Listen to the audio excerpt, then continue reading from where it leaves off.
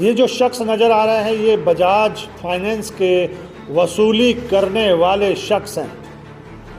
ये लोगों के घर में जाकर बदतमीजी करते हैं और औकात बताते हैं कि पैसा देने की औकात नहीं थी तो गाड़ी क्यों खरीद लिए।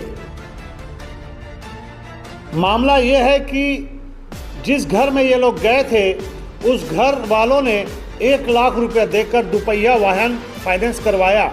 उसके बाद बराबर उन्होंने 8 किस्त अदा की। एक किस्त अभी वो पिछले महीने की नहीं दे पाए तो इनके घर बजाज फाइनेंस के वसूली वाले आ धमके और बदतमीजी करने लग गए। हम वहाँ से गुजर रहे थे, हमें जानकारी लगी कि बजाज फाइनेंस वाले एक परिवार के साथ बदतमीजी कर रहे हैं, तो मजबूरीवश हमें ये खबर बनानी पड़ी। और जब हम खबर बनाने लगे तो ये लोग भगने लगे। तब इन्हें रोका गया और पूछा गया कि मामला क्या है। आइए देखते हैं पूरा मामला क्या है, जानते हैं, फिर और बात करेंगे। ये 80 LIG क्रूज में हम लोग खड़े हैं। ये बजाज से कुछ लोग आए हैं फाइनेंस से और इनके घर में घुस के बदतमीजी कर रहे थे, महिलाओं से गलत बात कर रहे थे। और ये महिलाओं से मैं आपको बात कराता हूँ कि क्या बोल रहे हैं। अभी इनकी भाषा बदल गई है, पहले कुछ और भाषा थी। क्या मामला था बताइए। मेरा किस्त रुका है गाड़ी का, मैं बोली कि एक किस्त अभी नहीं हो पाया, पैसा मैं शाम तक इंतजाम करती हूँ। नहीं, ये लोग एकदम एक के ऊपर एक सब लाइन से लाइन आ रहे हैं यहाँ पर ना। सुबह एक अलग आया, वो बकवास करके गया। अब ये साहब जी फोन पे 4 बार बात हुआ है सुबह से, फिर भी अभी आके बदतमीजी कर रहा हो। औकात नहीं है तो क्यों लिए हो, दे नहीं पा रहे हो किस्त, घुमा रहे हो। अरे भाई आप फाइन साइन तो लेते ही है ना, ऐसा तो नहीं है कि नहीं लेते हैं। यहाँ आके बोलते हो औकात नहीं तो क्यों ले रहे हो, दे नहीं पा रहे हो, गाड़ी छीन के ले जाऊंगा। कितना किस्त बचा है? 1 ही महीने का यही है, फर्स्ट किस्त है, लेट हुआ है। तो 1 महीने की किस्त में घर तक पहुँच गए? हाँ, घर तक पहुँच के दबाव डाल रहे हैं। हमेशा बोलते हैं गाड़ी ले जाऊंगा। अभी भी बोल रहे थे ना सर आपके सामने, अभी पलट गए हैं। वो मैं यहाँ से जा रहा था, मैंने देखा कि आपके साथ बदतमीजी हो रही, तभी मैं रुका हूँ। और साफ मुँह कर रहे हैं और दबाव अलग डालते हैं। नहीं अभी चाहिए। अरे मैं बता रही हूँ, मेरे रिश्तेदार में किसी को कैंसर हो गया, वो खत्म हो गया है करके। हाँ, उस वजह से पैसा रुक गया, नहीं मिला है, तो अभी नहीं सुन रहे हैं। फोन में इतना बकवास कर रहे हैं, इतना बकवास कर रहे हैं, मेरी बात ही नहीं सुन रहे हैं। क्या डेट पूछ रहे हो आप हमेशा बोलते हो औकात नहीं तो क्यों लिए हो। कितना झूठ बोलते हो सर, आप बहुत झूठ बोलते हो आप। ठीक है, नहीं आप हमेशा झूठ बोलते हैं। ये रोशन यादव है, ये हमेशा झूठ बोलता है और हमेशा गाली गलौज करके ही बात करता है। और मैनेजर है करके हाँ दबाव डालता है हमेशा। नहीं क्यों नहीं दिए हो, हाँ फालतू बात मत करो। आप रिकॉर्डिंग रखे ना, सुन लो अच्छे से। नहीं सुना दो ना, क्या बकवास। तुम्हारा फोन रिकॉर्डिंग दिखा दो, ये बोल रही है। क्या रिकॉर्डिंग दिखा दो?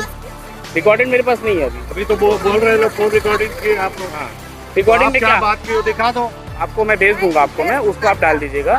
ठीक है, आपको रिकॉर्डिंग आपको भेज दूंगा मैं। आप ये बताओ, एक किस्त बाकी होती तो घर से वसूलने का अधिकार है क्या? घर पे विजिट करने का अधिकार है कि विजिट करके आप क्या फोन में कांटेक्ट नहीं हो रहा है?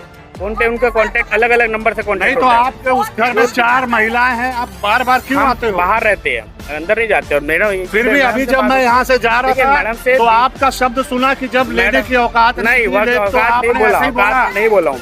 यही बोला है आपने। 20 तारीख मैं यहाँ से जा रहा था मेरी तो बात मैं तो सुनिए, फिर कैमरे वाले को बुलाया। 20 तारीख को मैंने समय दिया, 20 तारीख को पेमेंट करूँगा। उसके बाद मैडम बोली 22 तारीख को, तो हमने फोन पे थे, अभी तक हम बोलते थे। अच्छा ये बताइए, एक इंस्टॉलमेंट में इतना बवाल करने की क्या जरूरत है? बवाल हमने नहीं किया, मैडम ने चालू। आप नहीं, आप घर में आए मतलब बवाल हुआ? बवाल एक इंस्टॉलमेंट में कोई आता है क्या किसी के घर में? अरे एक सिर्फ डेट पूछना है कि आप डेट आप फोन में भी पूछ सकते हो। तो मैडम डेट नहीं जब बता आप दूसरे चेक का इंतजार करते ना, मैडम बोली कि आप घर आओ, डेट पे यहाँ पे बता देंगे आप। तो फिर आप क्यों घर आए? तो यहाँ पे डेट अभी बता नहीं रहे हैं। नहीं वो घर अभी भी आप पूछिए, डेट पूछ लीजिए कौन से डेट। रिकॉर्डिंग है क्या? अब तो सर मैं अपने हिसाब से किस्त, सुनिए गाड़ी मेरी छिनाएगी ना, मैं लेट करूंगी तो मैं अपने हिसाब से आप किस्त दूंगी। ठीक है, नहीं मैं अपने हिसाब से क्यों बताऊं आपको। हाँ, मेरा गाड़ी छिनाएगा, मुझे टेंशन है, मैं आपको नहीं बताऊंगी। ठीक है, और आना नहीं आप दोबारा, आप घर में रहे और किसी को भेजना भी मत, बता दे रही। अभी जो ये मामला है बजाज का है और ये लोग क्या है, एक किस्त बाउंस हो गई थी तो इनके घर पहुंच गए। इनसे जबकि फोन में भी इनसे बात होती थी, उसके बाद मालूम है घर में महिलाएं रहती हैं तो वो उस तरफ खड़ी होकर बात कर रही है, इस तरफ खड़ी होकर बात कर, इतना चिल्ला चिल्ला के लोग बात कर रहे थे कि मैं यहाँ से गुजर रहा था तो मेरे को मजबूरी वश कैमरामैन को बुलाना पड़ा। और इस खबर को दिखाना इसलिए जरूरी है क्योंकि फाइनेंस वालों की दादागिरी चल रही है, फाइनेंस वालों की दादागिरी चल रही है। और इसी प्रकार की कहानियां बहुत सारी हुई हैं जो अभी हम आपको दिखाएंगे। इस केस के बाद और भी कहानियां हम दिखाएंगे, बजाज कहां कहां किस प्रकार जाके लोगों के साथ बदतमीजी करता है। इनका भी लोग भाई साहब हैं, बताइए बताइए। जब ये फाइन लेते हो तो फिर क्या मतलब है आपको किसी घर में दादागिरी करने का? तो बेचारे क्यों चिल्ला रहे हो, बताओ ना यार। अरे आप ठीक है, ठीक है।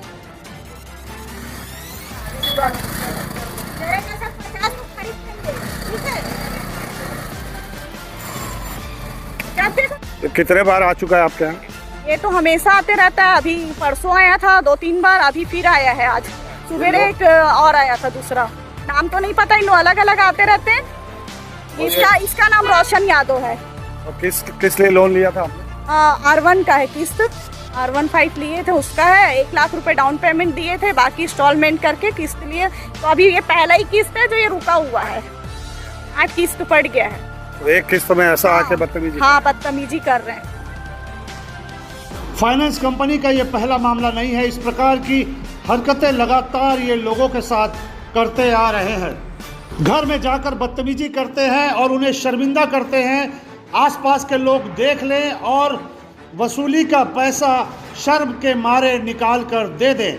इस वजह से लोगों के घर घुसकर ये लोग बदतमीजी करने पर उतारू हो जाते हैं। इस प्रकार के कई किस्से सुनाई देते हैं। सोशल मीडिया में भी कई किस्से आए हैं।